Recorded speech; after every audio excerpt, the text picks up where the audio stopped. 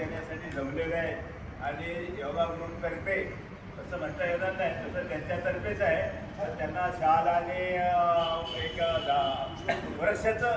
वृक्षारोपण करण्यासाठी वृक्षाचं रोपटं देण्यात येत आहे. त्याचा त्यांनी स्वीकार करावं आणि त्यांना शाल आपल्या ज्योती मंदवाडे हे करतात लागतात, त्याचा स्वीकार त्यांनी करावा अशी योगा विनंती आहे. आणि त्यांना आपल्या 3 वर्षापासून कार्यरत असणाऱ्या योगा ग्रुपमध्ये स्वाती राणे उर्फ